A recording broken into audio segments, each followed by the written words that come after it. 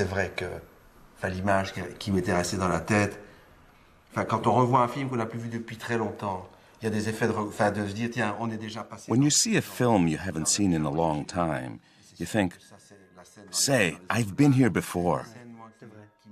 Certainly the scene of the cogwheels is a scene where you have the impression you've only just been there. When Charlie is caught in the cogwheels of the machine, it's like film winding through the gears of a camera. It's a motion picture from the age of motion pictures, which itself was the age of industry, the age of machine. Attention, foreman. Trouble on bench 5. Check on the nut tightener. 1936. Modern Times, the last great silent movie to come out of Hollywood.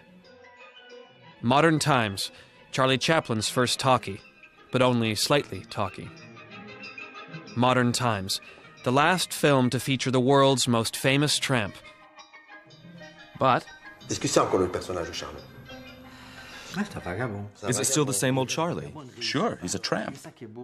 He's a tramp and stays a tramp. He doesn't succeed.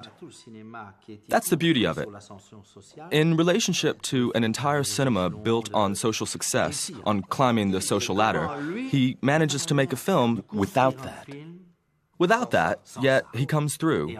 He rises above the situation, but not as a social success, but by remaining the tramp. I agree with what you're saying. But seeing the film again, I thought, yet still in the credits, he calls him a factory worker. That's the paradox, but I think that's great having put that.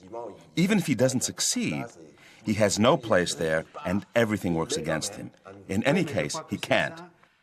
But he does call him a factory worker. That's just it. Neither the capitalism nor the communism of the period could contain him because he evades everything. He evades industrialism, which enslaves and controls the individual, domesticates him to be more productive, but he says, no, the hell with production. If I want milk, I'll stop that cow, and I'll have my milk like this. He doesn't have to produce. That's Charlie. That's where he comes into conflict with the world of industry. He dances, he glides, he roller skates, he laughs, he takes things as they come, and he eats. He eats because you never know about tomorrow. Maybe there won't be anything to eat. That's what our father was saying the other day. Charlie knows what it means to be hungry. You see that in his films. Food is everything. It's something that obsesses him. All the time. There's always food in his films, and the work that comes with food, but especially food. And it's because of food that he meets the girl, too. The gag with the bread, and the way he uses his spoon. And when the other guy makes a move. But he still has it, what it takes to survive. This scene with the guy next to him is David and Goliath, but it's the little guy who takes from the bigger, stronger guy. He's always in a situation where you still find the humanity. You steal, but it's human. He's a night watchman in a department store. Then his buddies come to burgle the place. So suddenly, these 3 burglars become people like him. They're only trying to eat. That's all. They're out of work, so they're trying to feed themselves. In fact, in an early version of the script, one of the burglars was supposed to clean out the silverware department of the store. But Chaplin realized this suddenly made him out to be a common thief, when in fact he was just a hungry man trying to survive. The scene was shot, but cut in the final editing.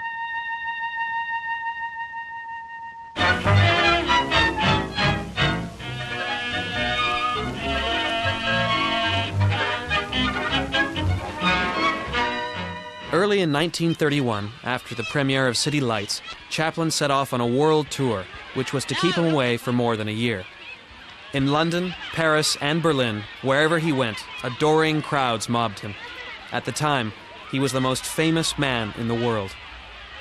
Even if he was received by those we tend to call people in high places, Chaplin had seen depression, unemployment, and despair. He'd begun to ask questions and come up with his own theories about a better redistribution of wealth.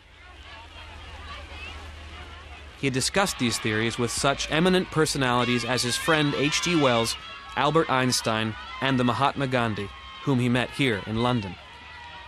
During his meeting with Gandhi, Chaplin expounded the idea that machines, when used properly, could be a boon to mankind. But employed solely for profit, they brought only misery.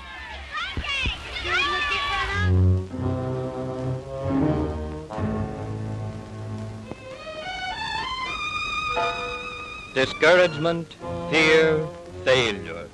Depression haunted America. When he got home, Chaplin realized that something had changed in America in his absence, and that the enthusiastic spirit of the pioneers was gone, as he would write later.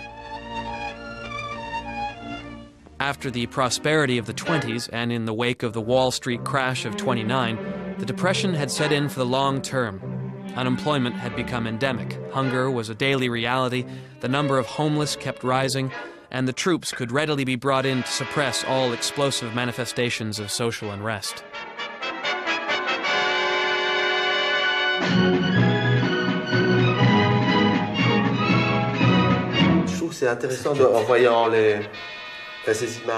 It's interesting to see these newsreels alongside scenes from the film. It's also certainly one of the great documentaries on the period. And on the shanty towns. On the entire period. All the people who lived in them. Even as he remained himself, his character. It's the same thing. This shack. He only shows one, but that's the power of fiction. He manages to convey the same violence as real life. That's where the real violence is, in the way people are housed, or rather in the way they aren't housed, in the food they're forced to eat. Le modèle T était plus qu'une automobile. The Model T was more than an automobile. It was the symbol of an industrial revolution. Assembly line production enabled manufacturers to cut costs on all kinds of products and make them affordable to all. Minute by minute, production combated the waste of time and effort. The pieces reached the workers on conveyor belts. They were no longer left waiting uselessly. This was a great leap forward, because they could regulate the production rate and maintain it at a constant speed. The battle against wasted effort was being won.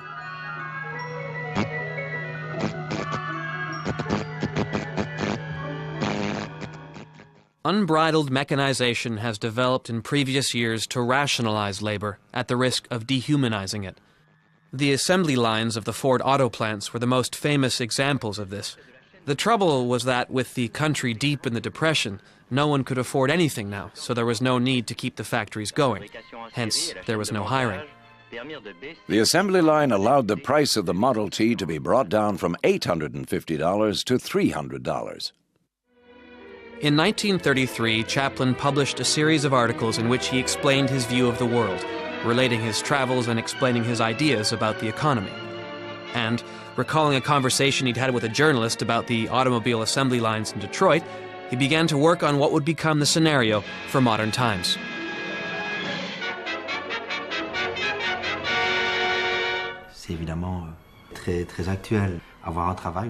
It's obviously very topical, having work or not, living in poverty or not, being excluded, being an outcast, or not, and how the individual, the human being, becomes part of the machine, an object. Man is a cog in the wheels. He still is today, in a different way, but he still is. And the clocking in, the way he's so much part of this machine. When the cop's chasing him, he comes in and still clocks in his card. Then later, there's his incredible act of sabotage. It's an act of rebellion.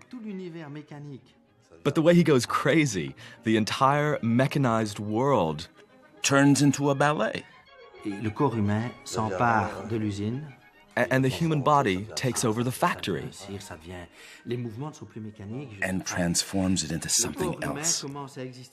It becomes a circus. The movements aren't mechanical anymore. the human body begins to exist in a way that's no longer machine-like. And when the guys are chasing him to get him to stop his ballet, he exploits the machine.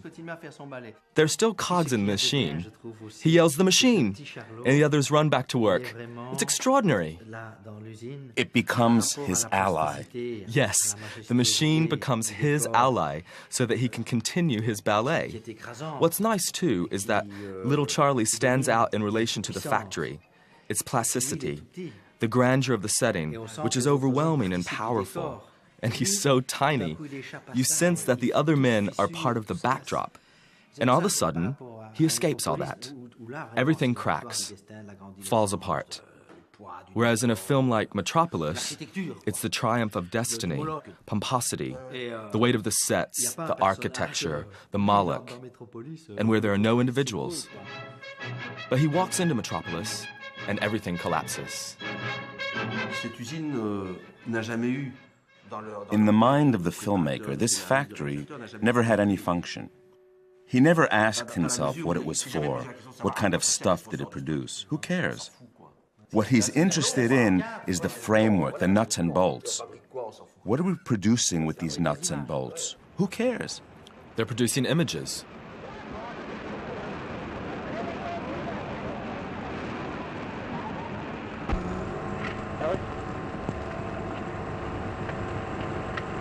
Speak a little bit. Guten Tag. Guten Tag. All right. Thank you very much. That day in Vienna, in March 1931, Charlie Chaplin, for the first time, spoke in front of a sound camera. Somewhat tense, and in German, but his voice was heard. Thank you very much.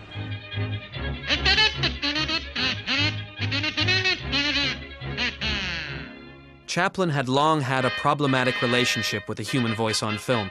He expressed himself better with his body than with his words.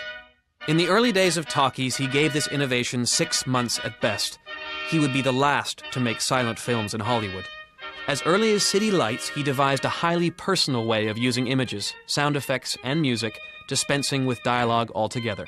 But when he came to modern times, he was aware that he couldn't keep the talking film at bay much longer, so he attempted to make a complete dialogue film. He had done some voice tests and even shot a scene with dialogue in the office of the prison warden, but the experience left him unconvinced, and he quickly gave it up. In modern times, the characters would continue to communicate through intertitles, like in the days of silent movies. As his daily production records show, Chaplin continued to have his cameras turn at 18 frames a second, and even at 16. Since the film was silent, he was under no obligation to film at sound speed, 24 frames a second.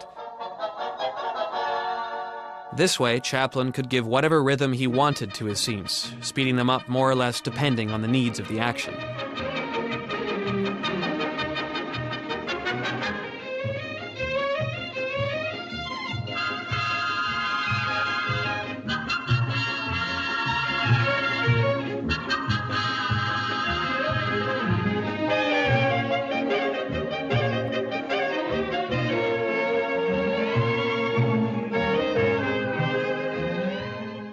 Chaplin also took liberties with his soundtrack, selecting the sounds he wanted to bring out.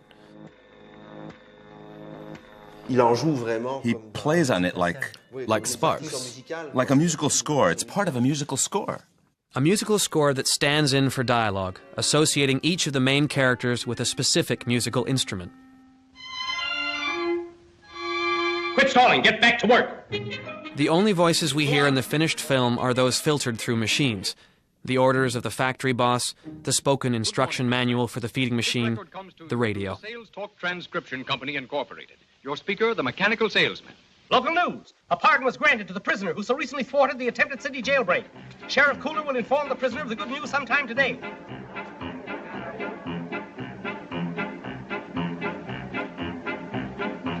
Signora Pilacina, voulez-vous le taximeter? Le zionter sous la cita. Tula tula tula wa. But then came the great moment. We finally hear Chaplin's own voice at the very end of the film. but singing gibberish, because Chaplin remains first and foremost a mime. He suggests that even without the lyrics, we can just as easily follow the story he's singing to the music of the popular French song Titine. He had considered various ways of expressing himself as the tramp, such as speaking in monosyllables or simply mumbling. Chaplin's great fear was that by talking, he would become just one more comedian. J'ai notre seule mine, j'ai notre seule consigne. Je laisse trop sa vite, je la tasse vilatoire.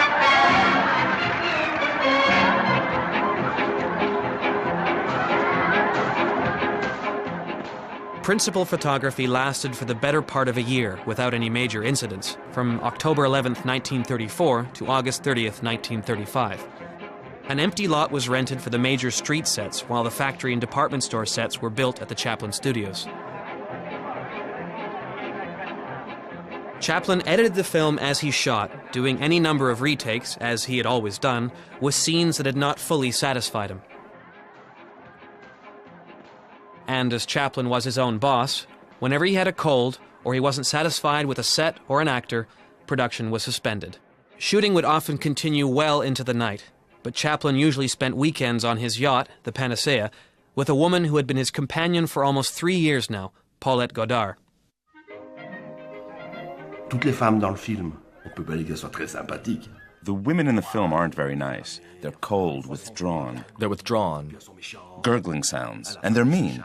The woman who says she's the one. And in the prison, too, the chaplain's wife. Then there's this woman. You feel that the man filming her is in love with her. From the very first shot. Every time she reappears, every time she opens a scene, there's always a close-up. In different roles, in different characters. Every time. In June 1932, shortly after his return home from his world trip, Chaplin had met a young divorcee, Paulette Godard, who had already played some bit parts in movies. She was 20, he was 43. She was to be his companion for the next decade. They were married in 1936. She was his screen partner in 2 films, Modern Times and The Great Dictator, a partner who, for the first time, would be his equal in the scenario and almost in the credits.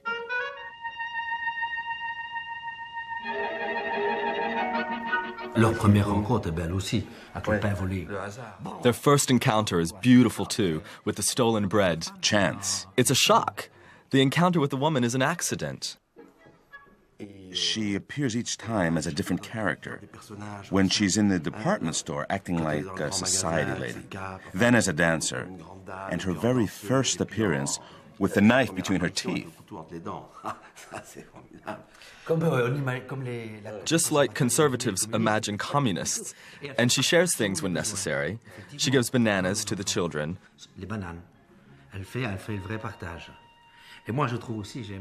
I also love the moment when Paulette Godard, having stolen and shared things like Robin Hood, turns around. There's a guy chasing her and she turns around. She taunts him. It's quite an affront to the rich and powerful. She changes him.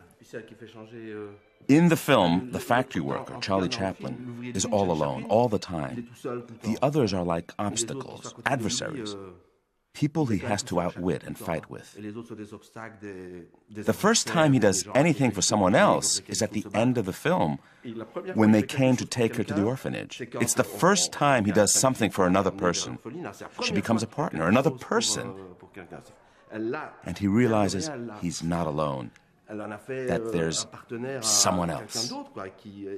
Why is that? In my opinion, it's because they're no longer involved with work. They're in a music hall. That's Charlie's real homeland. The music hall is also a workplace. Yes, but only there do they keep him. Charlie can't work. He's a tramp, and he's on stage, and he makes us laugh. Because he's never where he should be. He's never in his place. He's the black sheep. In fact, the first shot of the film is of sheep. And in the middle, there's a black sheep.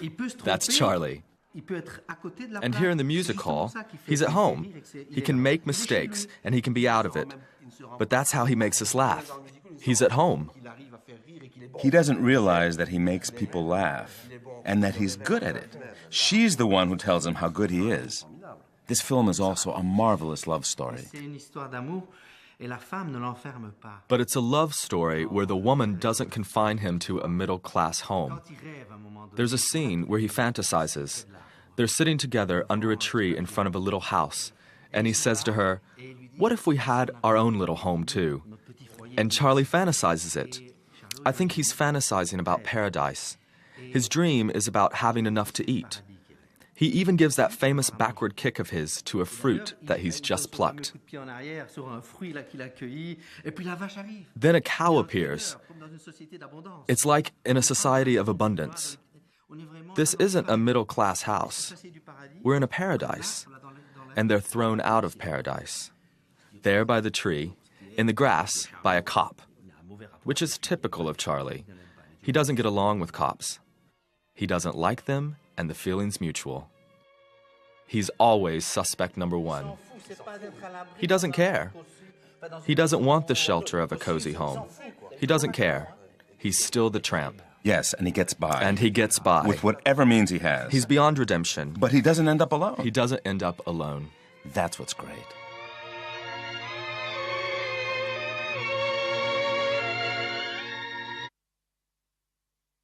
Chaplin had originally conceived a very different ending for his film. After being separated from her, the tramp again runs into the gamine, who has in the meantime become a nun. He realizes that he can't take her with him, and after remembering her as he had first known her, the tramp sets off down the road, alone as always. But no, this time Chaplin decided that for once the tramp wouldn't set off down the road alone, as he always had. The scene with the nun was shot, but not edited. Instead, it was replaced by the famous final image of the tramp and the gamine going down the road together toward the horizon of a future we imagine will be better.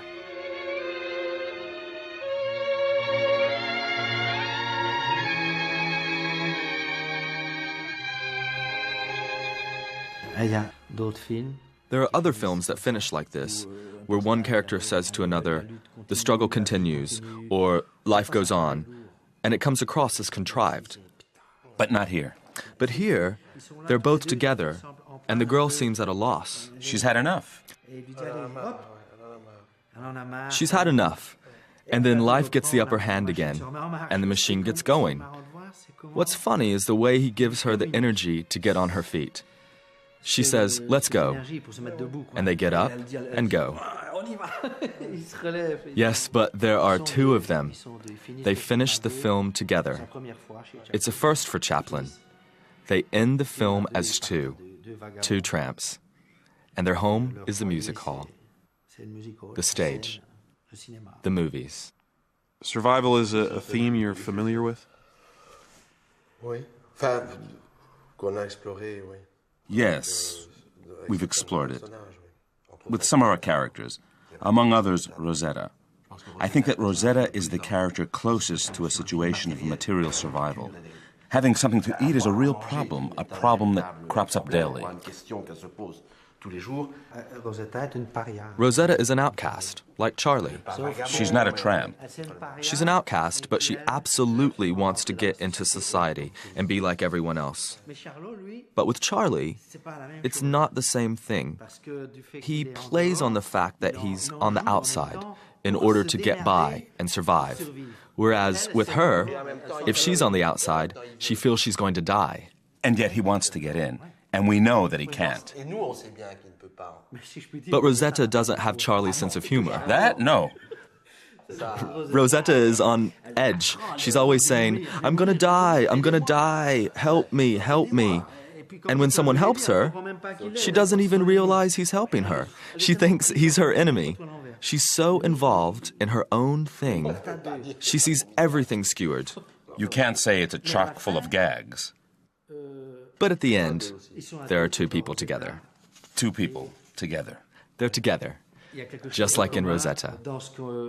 There is something in common between what we tried to do and this great film of Chaplin's.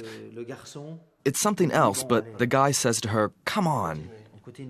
We gotta go on. He helps her up, and then she looks at him for the first time. She had never looked at him.